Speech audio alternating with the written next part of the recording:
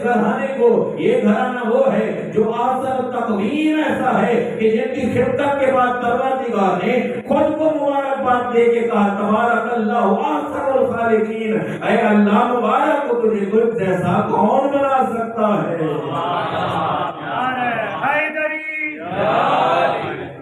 اور ہے جو تجھ جیسی خلقت کر سکے۔ ضرورت تھی نا اس ظالم کو، اس جاہل کو ایک ایسے تربیت کے ماحول میں پنپنے کی کہ جہاں یہ اپنی جہالت کو دور کر سکے اور غفصوا علی الذکر ان کنتم لا تعلمون، علی ذکر سے پوچھو اگر تم نہیں جانتے۔ دوسرا کیا کہا ہے؟ عدل گیری کا کہا، اللہ اکبر۔ امیر المومنین مسجد کوفہ میں تشریف فرما، فرمایا سنو علی کی عدالت اور قرابت کے بارے میں تعارف سنتے جاؤ۔ علی کا کیا کہتے ہیں؟ فرمایا اگر چاروں مذاہب، چاروں آسمانی کتابوں والے علماء میرے سامنے کھڑے کیے جائے اور توریت والا توریت سے سوال کرے، زبور والا زبور سے سوال کرے، انجیل والا انجیل سے سوال کرے، قرآن والا قرآن سے سوال کرے، لحکمت بین اہل التوراۃ بتوراتہم وبین اہل الانجیل بانجیلہم وبین اہل الزبور بزبورہم وبین اہل القرآن بقرآنہم، میں توریت والوں کو توریت سے جواب دوں گا، میں زبور والوں کو زبور سے جواب دوں گا، انجیل والوں کو انجیل سے جواب دوں گا، اور قرآن والوں کو ایسا قرآن سے جواب دوں گا۔ ہر کتاب تو کار کے اٹھے گی، علی بھی حق ہے، علی کا فیصلہ بھی حق ہے۔ عدل کا یہ معیار ہے، کیوں پیدا کیا اللہ نے؟ نبتلی ہے، بس یہ ایک لفظ آپ کی رحمت ہے۔ ایک سوال پڑھ لے لو،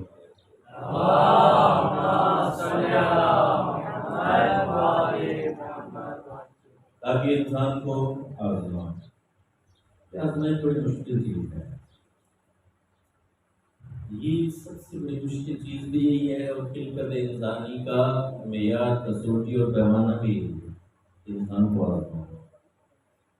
بعض انسان کو دے کے آزماتا ہے، بعض انسان کو نہ دے کے آزماتا ہے، بعض انسان کو دے کے پھر واپس لے کے آزماتا ہے، بعض انسانوں کی خصوصیات کے ذریعے سے آزماتا ہے، بعض انسانوں کو خصوصیات نہ دے کے آزماتا ہے کہ میرا شاکر بنتا ہے یا نہیں، شکر کرنے والا بنتا ہے یا نہیں بنتا، خصوصیات دے کے آزماتا ہے کہ ان خصوصیات کو صحیح استعمال کرتا ہے یا نہیں۔ اللہ نے مختلف امتحان لیے ہیں، آج جو 3 امتحان لیے نا، سخت ترین حضرت ابراہیم کے امتحان۔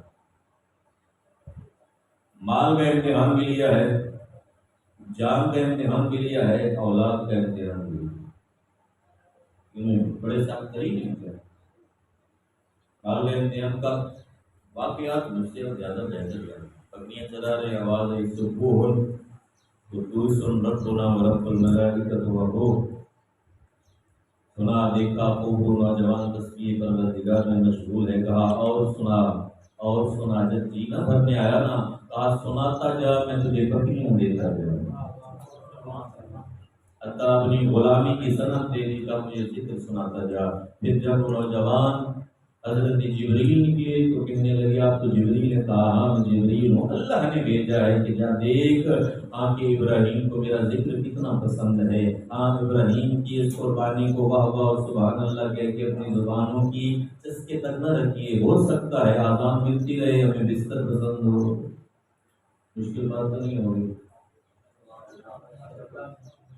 وہ خالق بلاتا رہے اور ہم بستر نہ چھوڑے، ہم اپنی مصروفیات نہ چھوڑے اور کہتے رہے کیا بات ہے ابراہیم کی کہ بکریاں بھی دے دی ہیں، غلامی کی صنعت بھی دے دی ہے، لیکن ذکر پروردگار اسے بڑا پسند تھا۔ تو جب ذکر بڑا پسند ہے تو ذکر کے ساتھ ہمیں اس ذکر سے فکر بھی حاصل کرنی چاہیے کہ جب ابراہیم کو خدا کا اتنا ذکر پسند ہے تو ہمیں بھی خدا کا ذکر پسند ہونا چاہیے، وہ جب بلاتا ہے تو لبیک کہتے ہوئے جانا چاہیے۔ علی ابن ابی طالب جب آزان سنتے تھے تو جسم پیلا ہو جاتا تھا، زردی آ جاتی، جسم کبھی لگ جاتی تھی جسم پہ، اور جب صحابہ پوچھتے یا علی آپ کے جسم پہ کبھی کیسی ہے، یہ زرد کیوں ہو گیا ہے، والا فرماتے تھے اس جبار نے بلایا ہے، اب اس کی بارگاہ میں جب جانا ہے نا، اگر وہ پوچھ لے بتا کیا کر رہا ہے دنیا میں، تو علی کیا جواب دے گا؟